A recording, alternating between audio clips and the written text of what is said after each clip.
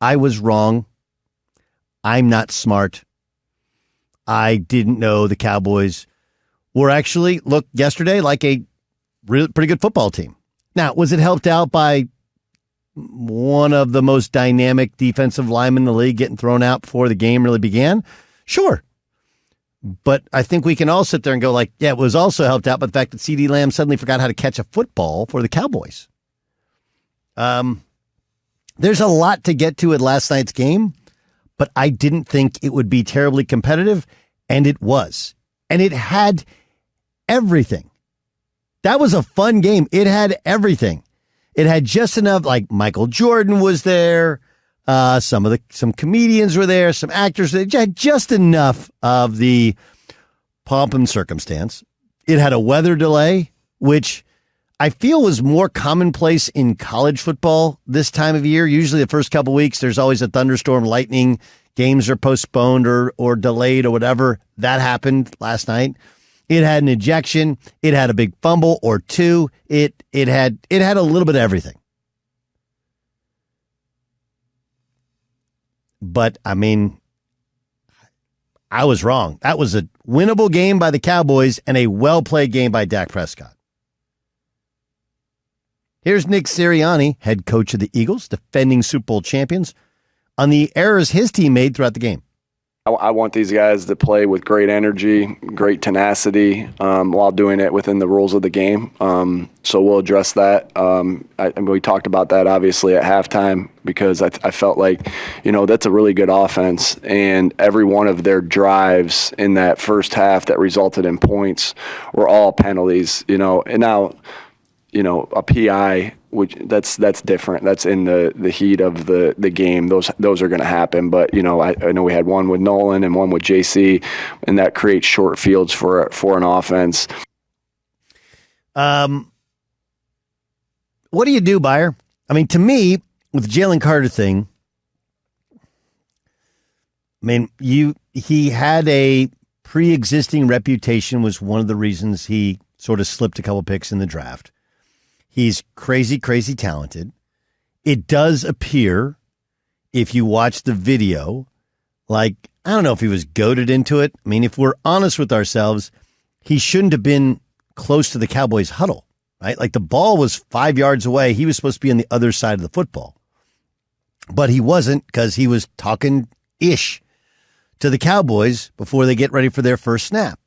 Dak Prescott could have just done his deal and let one of his linemen take care of it. Instead, he kind of walks over, does a little John Wayne walk, spits on the ground, and then gets spit in his chest. I don't know whether or not it cleared the chest into that neck area, but I do like the fact that we now know there was a second spitter. If you like Seinfeld, you know what I'm talking about. Back and to the left. Back and to the left. But I don't know what else you did. Like, you pointed out, but he missed a game because of it. So I kind of think we're good. Like, if you have another issue, all right, we're going to have to sit you for another game or have to. The only thing that he lacked, and he'll probably get it here in the mail, is a fine, and he'll probably get it from the league. But I don't know what you do with Jaylen Carter when he was, in fact, suspended for a game for hawking a quick little loogie on Dak Prescott's chest. Well, I look at it differently. I mean, I think he got kicked out of a game. I don't think that the penalty is – it's different if the Eagles are like, you know what, you did this in practice. You're not going to play on Sunday or you're not going to play on Thursday night. It's completely different than this, which, by the way, I thought that completely took the juice and any of the wind out of the Eagles' sails for what could have been an exciting first quarter or ramped-up first quarter because of – you defending your Super Bowl crown in the opener on Thursday night. I think it took everything away from Philadelphia, and I do think that it could be a sign of things to come because of what you laid out with Jaylen Carter. There was a reason he fell in the draft, and the great play that he's had, Doug, has made Howie Roseman look like a genius up until this point. But now you have a Super Bowl ring.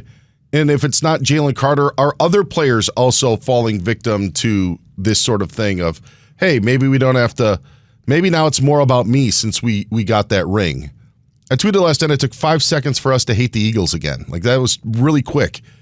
I saw that tweet, and my problem was I was at a gathering, and I'm like, saw your tweet, and I look up, and I'm like, I don't even know what he's talking about, and then people are like elbowing and needling, and I go look up like, when did that happen? Like before the first snap? Like what?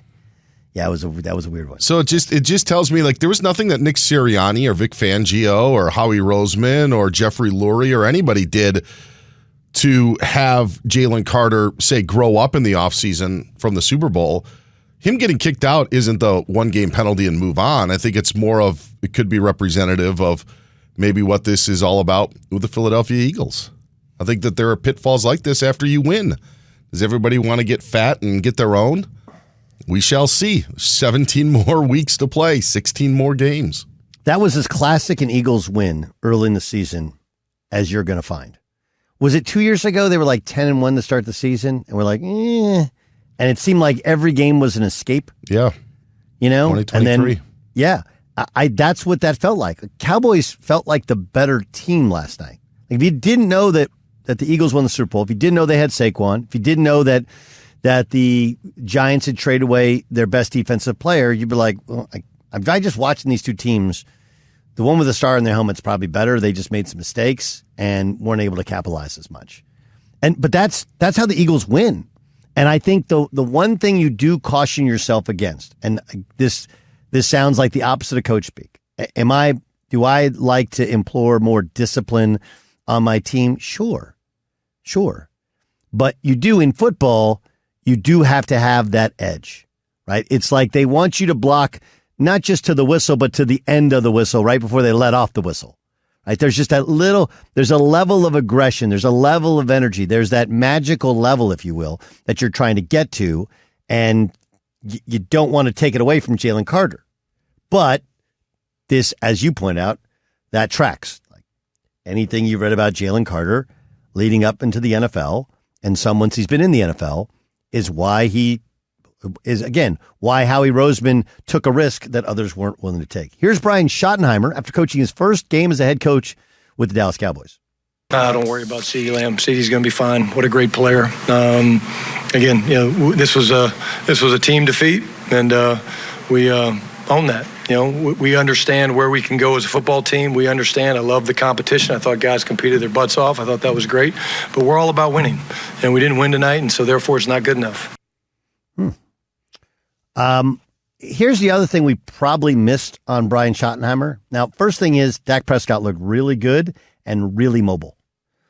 And I would also point out that, again, we've never held Dak in the regards of the elite quarterbacks, and I think rightfully so, because he's never performed well enough in the playoffs to earn that distinction. But Jerry is not an idiot. He did put a bunch of money in him. And after last night, you're like, you know what? The old man still may know a thing or two about a football player. But the thing that the Cowboys made sure they did with their head coach is have continuity. Right? The reason they held on to Schottenheimer was Dak really liked him. They worked together well. He felt like his offense, his style, his play calling, that works for him. So while we're concerned ourselves with Pickens, who still he's talented, but still got a lot of turd in him. He doesn't block. Things he doesn't run his routes all out. He's not getting the ball. But while we're so concerned with their wide receiving core, their offensive line, their ability to run the football or whatever, what I thought last night was it was a win for continuity. Now, that will start to even out the later we get into the season, because the Eagles have a new offensive coordinator, a new play caller. So it's always going to be a little bit new, a little bit different, and take a little bit of an adjustment period, and they didn't play in the preseason. But last night was a little bit of a win. Was a win for the Cowboys, even though they lost, because we all thought they were going to get blown out. And they didn't. And they looked like the better team. They just didn't make a couple plays here or there that should have solidified them as the better team, or at least make the Eagles play a little bit better. Make the Eagles throw the ball down the field, something they didn't have to do last night or couldn't do.